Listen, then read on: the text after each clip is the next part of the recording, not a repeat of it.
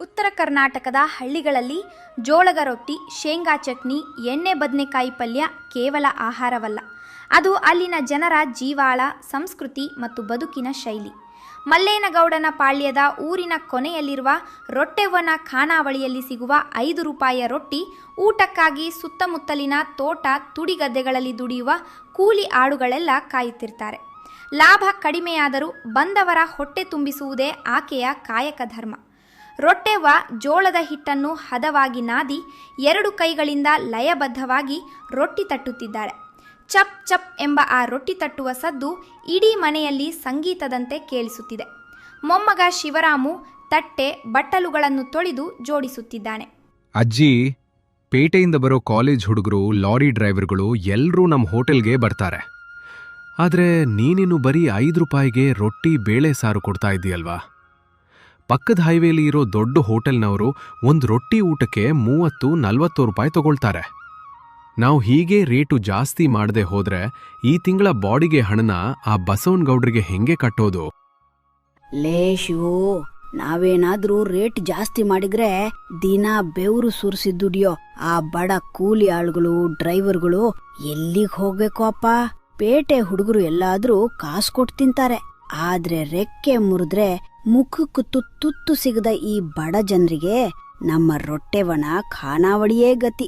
ಅಡುಗೆ ಮಾಡೋದು ನನ್ನ ಕಾಯಕ, ಅವರ ಹಸಿವು ನೀಗಿಸೋದು ನನ್ನ ಧರ್ಮ. ಆ ಕಡಮಲ್ಲೇಶ್ವರ ನಮ್ಗೆ ಇಷ್ಟರ ಮಟ್ಟಿಗೆ ಕೊಟ್ಟಿದ್ದಾನಲ್ಲ, ಅಷ್ಟೇ ಸಾಕು ಮಗನೇ. ನಿನ್ನೀ ಒಳ್ಳೆ ಗುಣವೇ ನಮ್ಗೆ ಬಂಡವಾಳ ಅಜ್ಜಿ.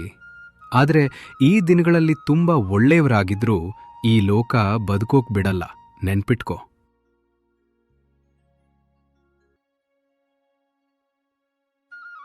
ಮಧ್ಯಾಹ್ನ 1 ಗಂಟೆ.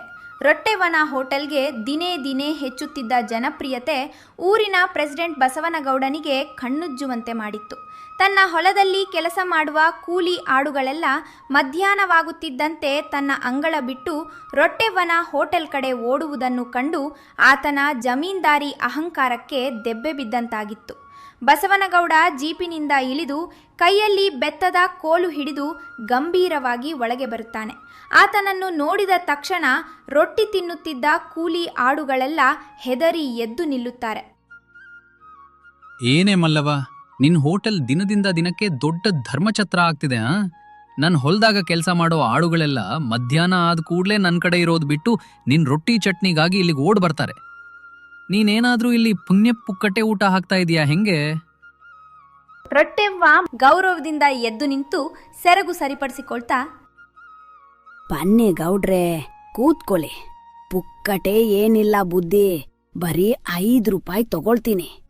ಪಾಪ ಈ ಉರಿ ಬಿಸಿಲಿನಲ್ಲಿ ಕಷ್ಟಪಟ್ಟು ದುಡಿಯೋ ಜೀವಗಳು 2 ರೊಟ್ಟಿ ಜಾಸ್ತಿ ತಿಂದ್ರೆ ತಾನೇ ಗೌಡ್ರೆ ನಿಮ್ ಹೊಲದಲ್ಲೂ ಅವ್ರು ಗಟ್ಟಿಯಾಗಿ ಕೆಲಸ ಮಾಡೋದು. ನನಗೆ ನೀನು ನೀತಿ ಪಾಠ ಬೇಡ ಮಲ್ಲವ. ಈ ಹೋಟೆಲ್ ಇರೋ ಜಾಗ ನಮ್ ತಮ್ಮನದು. ಬರೋ ವಾರ ನನ್ ಮಗ ಮಲ್ಲಿಕಾರ್ಜುನ ಪೇಟೆಯಿಂದ ಓದಿ ಬರ್ತಾ ಇದ್ದಾನೆ. ಅವನ್ ಬಿಸ್ನೆಸ್ಗಾಗಿ ಇಲ್ಲೊಂದು ದೊಡ್ಡ ಮಾಡರ್ನ್ ಹೋಟೆಲ್ ಕಟ್ಟಿಸ್ಬೇಕು ಅಂತ ಅಂದ್ಕೊಂಡಿದ್ದೀನಿ. ಅದಕ್ಕೆ ಹೇಳಕತ್ತೀನಿ, ಈ ಶನಿವಾರದ ಒಳಗಾಗಿ ನೀನು ಈ ಮನೆ ಖಾಲಿ ಮಾಡಿ ನಿನ್ನ ಸಾಮಾನ್ ಸರಂಜಾಮು ತಗೊಂಡು ಜಾಗ ಬಿಡಬೇಕು. ನನ್ ಮಗ ಸಿಟಿಲಿ ದೊಡ್ಡ ಓದಿದಾನೆ. ಅವನು ಇಲ್ಲಿ ದೊಡ್ಡ ಹೋಟೆಲ್ ಬಿಸ್ನೆಸ್ ಮಾಡ್ತಾನೆ. ಗೌಡ್ರೆ, ಇದು ತುಂಬಾ ಅನ್ಯಾಯ. ನಾವು 30 ವರ್ಷಗಳಿಂದ ಇದೇ ಜಾಗದಲ್ಲಿ ಬದುಕು ಕಟ್ಕೊಂಡಿದ್ದೀವಿ. ದಿಢೀರಂತ ಖಾಲಿ ಮಾಡು ಅಂದ್ರೆ ನಮ್ಮ ಹೊಟ್ಟೆಪಾರ್ಗೆ ಏನ್ ಮಾಡ್ಬೇಕು? ನಾವು ಎಲ್ಲಿಗೋಗ್ಬೇಕು? ಬಾಯ್ ಮುಚ್ಚೋ ಹುಡ್ಗ, ಕಾಗದದ ಪ್ರಕಾರ ಈ ಜಾಗ ನಮ್ದು. ಶನಿವಾರದ ಒಳಗೆ ನೀವೇ ಖಾಲಿ ಮಾಡದಿದ್ರೆ ನಾನೇ ಆಳುಗಳನ್ನ ಕರೆಸಿ ನಿಮ್ ಸಾಮಾನನ್ನೆಲ್ಲ ರಸ್ತೆಗೆ ಎತ್ತ ಹಾಕ್ತೀನಿ. ಎಚ್ಚರಿಕೆ. ಬಸವನಗೌಡನ ಮಗ ಮಲ್ಲಿಕಾರ್ಜುನ ಪೇಟೆಯಲ್ಲಿ ತನ್ನ ಉನ್ನತ ಶಿಕ್ಷಣವನ್ನು ಮುಗಿಸಿ ಊರಿಗೆ ಮರಳಿದ್ದನು. ತಂದೆಯಂತೆ ಅಹಂಕಾರದ ಗುಣವಿಲ್ಲದ, ಪ್ರಾಯೋಗಿಕವಾಗಿ ಮತ್ತು ಮಾನವೀಯತೆಯಿಂದ ಆಲೋಚಿಸುವ ಪ್ರಬುದ್ಧ ಯುವಕನಾಗಿದ್ದ ಆತ. ಬಸವನಗೌಡ ಮತ್ತು ಮಲ್ಲಿಕಾರ್ಜುನ ವಿಶಾಲವಾದ ಹಜಾರದಲ್ಲಿ ಕುಳಿತು ಕಾಫಿ ಕುಡಿಯುತ್ತಿದ್ದಾರೆ. ಮಲ್ಲು, ನೋಡ್ಕೊ ಮಗ್ನೆ, ನಿನ್ ಬಿಸ್ನೆಸ್ಗಾಗಿ ಆ ಊರ ಮುಂಭಾಗದಲ್ಲಿರೋ ರೊಟ್ಟೆವ್ವನ ಹೋಟೆಲ್ ಜಾಗನ ಖಾಲಿ ಮಾಡಿಸ್ತಾ ಇದ್ದೀನಿ. ಅಲ್ಲಿ ನೀನ್ ಸಿಟಿಯಲ್ಲಿ ಇರೋ ಹಾಗೆ ಒಂದು ದೊಡ್ಡ AC ರೆಸ್ಟೋರೆಂಟ್ ಶುರು ಮಾಡು. ಹೈವೇಲಿ ಹೋಗೋ ದೊಡ್ಡ ದೊಡ್ಡ ಕಾರುಗಳು, ಶ್ರೀಮಂತರೆಲ್ಲ ಅಲ್ಲಿಗೆ ಬರ್ತಾರೆ. ನಿನಗೆ ಒಳ್ಳೆ ಲಾಭ ಆಗ್ತದೆ. ಅಪ್ಪ, ಸ್ವಲ್ಪ ತಡ ಮಾಡಿ ಅಷ್ಟು ಗಡಿಬಿಡಿ ಬೇಡ. ನಾನು ಸಿಟಿಯಲ್ಲಿ ನೋಡಿದ್ದೇನೆ, ಈಗಿನ ಜನಕ್ಕೆ ದೊಡ್ಡ ದೊಡ್ಡ AC ರೆಸ್ಟೋರೆಂಟ್ಸ್ಗಳು, ಪಿಜ್ಜಾ, ಬರ್ಗರ್ಗಳ ಮೇಲೆ ವ್ಯಾಮೋಹ ಕಡಿಮೆ ಆಗ್ತಾ ಇದೆ. ಎಲ್ಲರೂ ಹಳ್ಳಿಯ ನಾಟಿ ರುಚಿ, ಆರೋಗ್ಯಕರವಾದ ಜೋಳದ ರೊಟ್ಟಿ, ಸಜ್ಜೆ ರೊಟ್ಟಿ ಹುಡುಕಿಕೊಂಡು ಹೋಗ್ತಾರೆ. ಮೊದಲು ಆ ರೊಟ್ಟೆವ ಮಾಡೋ ಅಡುಗೆಯ ರುಚಿ ಹೇಗಿದೆ ಅಂತ ನಾನು ಸ್ವತಃ ಹೋಗಿ ನೋಡಬೇಕು. ಏನ್ ಹೇಳ್ತೀಯ ಮಗನೇ? ನೀನು ಆ ಬಡ ಮುದುಕಿಯ ಗುಡಿಸಲಿಗೆ ಹೋಗಿ ಊಟ ಮಾಡ್ತೀಯಾ? ನಮ್ಮಂತಸ್ತು ಏನು? ಆ ಸಣ್ಣ ಹೋಟೆಲ್ ಮಟ್ಟ ಏನು? ಅಪ್ಪ, ವ್ಯಾಪಾರದಲ್ಲಿ ಅಹಂಕಾರ ಮತ್ತು ಅಂತಸ್ತು ನೋಡಬಾರ್ದು. ಮಾರುಕಟ್ಟೆಯ ಬೇಡಿಕೆ ನೋಡಬೇಕು. ನಾನು ಇವತ್ತೇ ಅಲ್ಲಿಗೆ ಹೋಗಿ ಬರ್ತೇನೆ. ಮನೆ ಖಾಲಿ ಮಾಡಬೇಕಲ್ಲ ಎಂಬ ದುಃಖದಲ್ಲಿ ರೊಟ್ಟೆವನ ಕಣ್ಣುಗಳು ತೇವವಾಗಿದ್ದವು. ಆದರೂ ಆ ದಿನ ತನ್ನ ನಂಬಿ ಬಂದ ಕೂಲಿ ಆಳುಗಳ ಹಸಿವು ನೀಗಿಸಲು ಕೊನೆಯ ಬಾರಿಗೆ ಪ್ರೀತಿಯಿಂದ ಅಡುಗೆ ಮಾಡಿದ್ದಳು. ಅದೇ ಸಮಯಕ್ಕೆ ಮಲ್ಲಿಕಾರ್ಜುನ ಯಾರಿಗೂ ತಿಳಿಯದಂತೆ ಸಾಮಾನ್ಯ ಉಡುಪಿನಲ್ಲಿ ಅಲ್ಲಿಗೆ ಬರುತ್ತಾನೆ. ಮಲ್ಲಿಕಾರ್ಜುನ ಒಳಗೆ ಬಂದು ಅಲ್ಲಿದ್ದ ಹಳೆಯ ಬೆಂಚಿನ ಮೇಲೆ ಕುಳಿತುಕೊಳ್ಳುತ್ತಾನೆ. ಅಜ್ಜಿ, ತುಂಬಾ ಹಸಿವಾಗ್ತಾ ಇದೆ. ಏನಾದ್ರೂ ಊಟ ಸಿಗುತ್ತಾ? ರೊಟ್ಟೆವ ಕಣ್ಣೀರು ಒರೆಸ್ಕೊಂಡು ಮುಖದಲ್ಲಿ ಕೃತಕ ಚಿರುನಗು ಮೂಡಿಸ್ತಾ, ಯಾಕೆ ಸಿಗಲ್ಲಪ್ಪ? ಕೂತ್ಕೋ ಮಗನೇ. ಶಿವರಾಮು, ಬಾಬುಗೆ ಒಂದು ಬಾಳೆ ಎಲೆ ಹಾಕಿ ಬಿಸಿ ಬಿಸಿ ಜೋಳದ ರೊಟ್ಟಿ, ಬೆಣ್ಣೆ, ಆಮೇಲೆ ಆ ಎಣ್ಣೆ ಬದನೆಕಾಯಿ ಪಲ್ಯ ಬಡಿಸು ಮಗನೇ. ಮಲ್ಲಿಕಾರ್ಜುನ ರೊಟ್ಟಿಯ ಒಂದು ತುತ್ತನ್ನು ಬದನೆಕಾಯಿ ಪಲ್ಯ ಮತ್ತು ಶೇಂಗಾ ಚಟ್ನಿಯೊಂದಿಗೆ ನೆನೆಸಿಕೊಂಡು ಬಾಯಿಗೆ ಇಡ್ತಾನೆ. ಆ ಅದ್ಭುತ ರುಚಿಗೆ ಅವನ ಕಣ್ಣುಗಳು ಅರಳುತ್ತವೆ. ಆಹಾ, ಅದ್ಭುತ ಅಜ್ಜಿ. ನಾನು ಬೆಂಗಳೂರು, ಮೈಸೂರು ಅಂತ ದೊಡ್ಡ ದೊಡ್ಡ ಪಂಚತಾರಾ ಹೋಟೆಲ್ಗಳಲ್ಲಿ ತಿಂದಿದ್ದೇನೆ. ಆದರೆ ಈ ಜೋಳದ ರೊಟ್ಟಿಯಲ್ಲಿರೋ ಅಮೃತ ಸದೃಶ ರುಚಿ, ಆ ಪ್ರೀತಿ ನನಗೆ ಎಲ್ಲೂ ಸಿಗಲಿಲ್ಲ. ಈ ಕೈ ರುಚಿಯೇ ಒಂದು ದೊಡ್ಡ ಬ್ರ್ಯಾಂಡ್ ಅವ್ವ. ಇದರ ಮೌಲ್ಯ ಕೋಟಿಗಟ್ಟಲೆ ಹಣ ಕೊಟ್ರೂ ಸಿಗಲ್ಲ. ಆದ್ರೆ ಏನ್ ಮಾಡೋತ್ತಮ್ಮ, ಈ ಶನಿವಾರದೊಂದಿಗೆ ಈ ಕೈ ರುಚಿ, ಈ ಹೋಟೆಲ್ ಎಲ್ಲವೂ ಮುಚ್ಚಿ ಹೋಗುತ್ತೆ.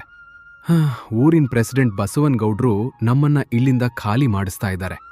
ಅವ್ರ ಮಗನಂತೆ ಪೇಟೆಯಿಂದ ಓದಿ ಬಂದಿದ್ದಾನೆ. ಅವನು ಇಲ್ಲಿ ಯಾವುದೋ ದೊಡ್ಡ ಹೋಟೆಲ್ ಕಟ್ತಾನಂತೆ. ನಮ್ ಬಡವರ ಹೊಟ್ಟೆ ಮೇಲೆ ಹೊಡಿತಾ ಇದ್ದಾರೆ. ಶಿವರಾಮು, ಆ ಪ್ರೆಸಿಡೆಂಟ್ ಬಸವನಗೌಡರ ಮಗ ಬೇರೆ ಯಾರೂ ಅಲ್ಲ, ನಾನೇ. ರೊಟ್ಟೆವ ಮತ್ತು ಶಿವರಾಮು ಇಬ್ಬರು ದಿಗ್ಭ್ರಮೆಯಿಂದ ಮಲ್ಲಿಕಾರ್ಜುನನ ಮುಖ ನೋಡುತ್ತಾರೆ. ಗೌಡರು ಕೊಟ್ಟ ಗಡುವು ಶನಿವಾರ ಬಂದೇ ಬಿಟ್ಟಿತು. ರೊಟ್ಟೆವ ತನ್ನ ಅಲ್ಪ ಸ್ವಲ್ಪ ಸಾಮಾನನ್ನೆಲ್ಲ ಗಂಟು ಮೂಟೆ ಕಟ್ಟಿ ಅಳುತ್ತಾ ನಿಂತಿದ್ದಾಳೆ. ಬಸವನಗೌಡ ತನ್ನ ಜೀಪಿನಲ್ಲಿ ಅಹಂಕಾರದಿಂದ ಜಾಗ ಖಾಲಿ ಮಾಡಿಸಲು ಬಂದಿದ್ದಾನೆ. ಆದರೆ ಅಲ್ಲಿ ಆತನಿಗೆ ಕಾದಿದ್ದು ಒಂದು ಅಭೂತಪೂರ್ವ ಆಘಾತ ಮತ್ತು ಆಶ್ಚರ್ಯಕರ ದೃಶ್ಯ. ಬಸವನಗೌಡ ಜೀಪಿನಿಂದ ಇಳಿದು ನೋಡುವಾಗ ಅಲ್ಲಿ ಅವನ ಮಗ ಮಲ್ಲಿಕಾರ್ಜುನ ನಿಂತು ಒಂದು ದೊಡ್ಡ ಸುಂದರವಾದ ಬೋರ್ಡ್ ಸಿದ್ಧಪಡಿಸಿ ಗೋಡೆಗೆ ತೂಗು ಹಾಕುತ್ತಿದ್ದಾನೆ. ಆ ಬೋರ್ಡ್ ಮೇಲೆ ದೊಡ್ಡ ಅಕ್ಷರಗಳಲ್ಲಿ ಹೀಗೆ ಬರೆಯಲಾಗಿದೆ: ರೊಟ್ಟೆವನ ಖಾನಾವಳಿ, ಉತ್ತರ ಕರ್ನಾಟಕದ ಸಾಂಪ್ರದಾಯಿಕ ರುಚಿಗಳು. ಏನೋ ಮಲ್ಲು ಇದು? ನೀನಿವ್ರ ಸಾಮಾನನ್ನೆಲ್ಲನ ರಸ್ತೆಗೆ ಹಾಕೋದ್ ಬಿಟ್ಟು ಇಲ್ಲೇನೋ ಬೋರ್ಡ್ ತೂಗು ಹಾಕ್ತಾ ಇದೆಯಲ್ಲ. ನಾನು ಈ ಜಾಗನ ನಿನ್ನ ಬಿಸ್ನೆಸ್ಗಾಗಿ ಖಾಲಿ ಮಾಡ್ಸೋಕೆ ಬಂದಿದ್ದೀನಿ ಮಗ್ನೆ. ಅಪ್ಪ, ನಾನ್ ಸಿಟಿಯಲ್ಲಿ ದೊಡ್ಡ ಓದಿದ್ದು ಬಡವರ ಹೊಟ್ಟೆ ಮೇಲೆ ಹೊಡೆಯೋದಕ್ಕಲ್ಲ, ನಮ್ಮ ಮಣ್ಣಿನ ರುಚಿಯನ್ನ ಜಗತ್ತಿಗೆ ಪರಿಚಯಿಸುವುದಕ್ಕೆ. ನಾನು ರೊಟ್ಟೆವನ ಜೊತೆ ಮಾತನಾಡಿದ್ದೇನೆ. ಈ ಜಾಗದಲ್ಲಿ ನಾವು ದೊಡ್ಡ ಹೋಟೆಲ್ ಕಟ್ಟುತ್ತೇವೆ ನಿಜ, ಆದರೆ ಅದರ ಮಾಲೀಕರು ಮತ್ತು ಚೀಫ್ ಚೆಫ್ ನಮ್ಮ ರೊಟ್ಟೆ ಅಜ್ಜಿ. ಬಂಡವಾಳ ನಮ್ಮದು, ಶ್ರಮ ಮತ್ತು ಅಮೃತದಂತಹ ಕೈ ರುಚಿ ರೊಟ್ಟೆ ಅಜ್ಜಿದು. ಬರುವ ಲಾಭದಲ್ಲಿ ಸಮಪಾಲು ರೊಟ್ಟೆ ಅಜ್ಜಿ ಕುಟುಂಬಕ್ಕೆ ಸೇರಬೇಕು. ಇದಕ್ಕೆ ನಾನು ಒಪ್ಪಂದ ಮಾಡಿಕೊಂಡಿದ್ದೇನೆ. ಅಯ್ಯೋ ದೇವ್ರೆ, ನಿನ್ನ ತಂದೆ ನನ್ನನ್ನ ಬೀದಿಗೆ ತಳ್ತಾರೆ ಅನ್ಕೊಂಡಿದ್ದೆ. ಆದ್ರೆ ನೀನು ನನ್ನ ಮಗನಾಗಿ ಬಂದು ನಮಗೆ ಹೊಸ ಬದುಕನ್ನೇ ಕೊಡ್ತಾ ಇದ್ದೀಯಲ್ಲಪ್ಪ. ನೀನು ಬರೀ ಮಗನಲ್ಲ, ಆ ಬಸವಣ್ಣನೇ ನಿನ್ನ ರೂಪದಲ್ಲಿ ಬಂದಿದ್ದಾನೆ. ಮಲ್ಲಿಕಾರ್ಜುನನ ಆಧುನಿಕ ಆಲೋಚನೆ ಮತ್ತು ಉದ್ಯಮಶೀಲತೆ ಅದ್ಭುತವಾಗಿ ಕೆಲಸ ಮಾಡಿತ್ತು. ಹೈವೇಯಲ್ಲಿ ಸಂಚರಿಸುವ ದೊಡ್ಡ ದೊಡ್ಡ ಕಾರುಗಳು, ಪ್ರವಾಸಿಗರು, ಅಧಿಕಾರಿಗಳು ಎಲ್ಲರೂ ರೊಟ್ಟೆ ಅಜ್ಜಿ ಕೈರುಚಿಯ ಜೋಳದ ರೊಟ್ಟಿ ಸವಿಯಲು ಮುಗಿಬಿದ್ದು ಬರಲಾರಂಭಿಸಿದರು. ರೊಟ್ಟೆ ಅಜ್ಜಿ ಖಾನಾವಳಿ ಈಗ ಆ ಇಡೀ ಜಿಲ್ಲೆಯಲ್ಲೇ ಅತ್ಯಂತ ಯಶಸ್ವಿ ಹೋಟೆಲ್ ಆಗಿ ಮಾರ್ಪಟ್ಟಿದೆ. ತಂದೆ ಬಸವನಗೌಡನಿಗೂ ಈಗ ಹಣದ ಅಹಂಕಾರಕ್ಕಿಂತ ಮನುಷ್ಯರ ಪ್ರೀತಿ ಮತ್ತು ಗೌರವವೇ ದೊಡ್ಡದು ಎಂಬ ಸತ್ಯದ ಅರಿವಾಗಿದೆ. ಹೋಟೆಲ್ ಗ್ರಾಹಕರಿಂದ ತುಂಬಿ ತುಳುಕುತ್ತಿದೆ. ಸಾಹುಕಾರ ಬಸವನಗೌಡ ಕೂಡ ಒಂದು ಮೇಜಿನ ಬಳಿ ಕುಳಿತು ಅತ್ಯಂತ ಹೆಮ್ಮೆಯಿಂದ ಜೋಳದ ರೊಟ್ಟಿ ತಿನ್ನುತ್ತಿದ್ದಾನೆ. ರೊಟ್ಟೆ ಅಜ್ಜಿ ಮತ್ತು ಶಿವರಾಮು ಎಲ್ಲರಿಗೂ ನಗುಮುಖದಿಂದ ಉಣಬಡಿಸುತ್ತಿದ್ದಾರೆ. ಅಜ್ಜಿ, ನನ್ನ ಮಗ ಮಲ್ಲು ಹೇಳಿದ್ದು 100ಕ್ಕೆ 100 ನಿಜವ. ನಿನ್ನ ಕೈರುಚಿಯಲ್ಲಿ ಸಾಕ್ಷಾತ್ ಅನ್ನಪೂರ್ಣೇಶ್ವರಿಯೇ ಇದ್ದಾಳೆ. ಇಷ್ಟು ದಿನ ನನ್ನ ಹಣ ಅಂತಸ್ತಿನ ಅಹಂಕಾರದಲ್ಲಿ ಈ ಅಮೃತದಂತಹ ರುಚಿಯನ್ನ, ನಿನ್ನ ದೊಡ್ಡ ಗುಣವನ್ನ ನೋಡಲಾಗದ ಕಣ್ಣು ಮುಚ್ಚಿ ಕುಳಿತಿದ್ದೆ. ನನ್ನನ್ನು ಕ್ಷಮಿಸಿಬಿಡು ಅಜ್ಜಿ. ಅಯ್ಯೋ ಗೌಡ್ರೆ, ಹಾಗೆಲ್ಲ ಅನ್ಬೇಡಿ. ಮಾಡುವ ಕಾಯಕವನ್ನೇ ದೇವರೆಂದು ನಂಬಿ ಕಷ್ಟಪಟ್ರೆ ಆ ಪರಮಾತ್ಮ ಯಾವತ್ತೂ ನಮ್ಮನ್ನು ಕೈಬಿಡಲ್ಲ. ಯಾರಾದ್ರೂ ಒಬ್ಬರ ರೂಪದಲ್ಲಿ ಬಂದು ಕಾಯ್ತಾನೆ ಅನ್ನೋದಕ್ಕೆ ನಿಮ್ಮ ಮಗನೇ ಸಾಕ್ಷಿ. ನಮ್ಮ ಮಲ್ಲೇನಗೌಡನ ಪಾಳ್ಯದ ಮಣ್ಣಿನ ಗುಣ ಇದು ಗೌಡ್ರೆ.